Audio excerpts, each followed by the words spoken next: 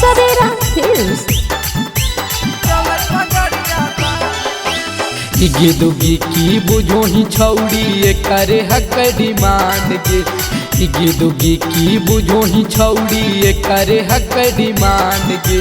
आहिर के लइका बरांड के चले पगड़िया बांध के।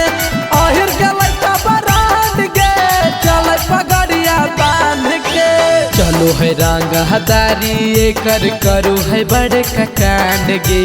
चलो है रंग हदारी कर करो है बड़े कांड गे। आहिर के लइका बरांड के चले पगड़िया बांध के। आहिर के लइका बरांड के चले पगड़िया बांध के। चले पगड़िया बांध के। आहिर के लइका बरांड के बरांड के। आहिर के लइका बरांड के बरांड के बरांड के। चले पगड़िया बांध के बांध के।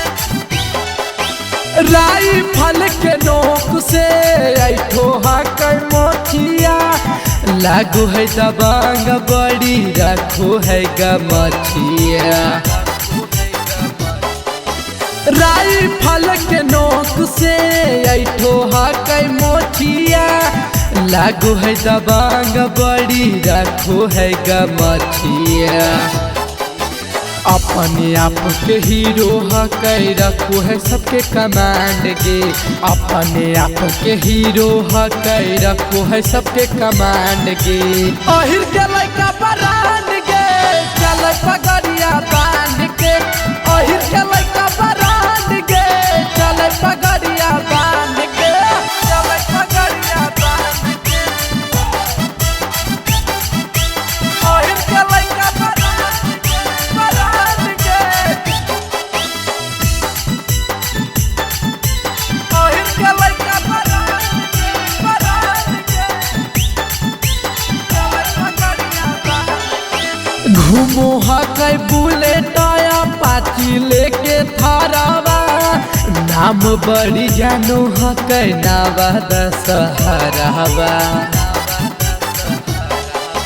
घूमो हकै बुलेट या पाची लेके थारावा। नाम बड़ी हकै जिला नालंदा सहरावा। रंगीला बाबू कन्हैया के जानो है जहान गे। नीति से राजा मन सके जानो है जहान गे। आहिर के लइका बरांड गे घूमे पगड़िया बांध के।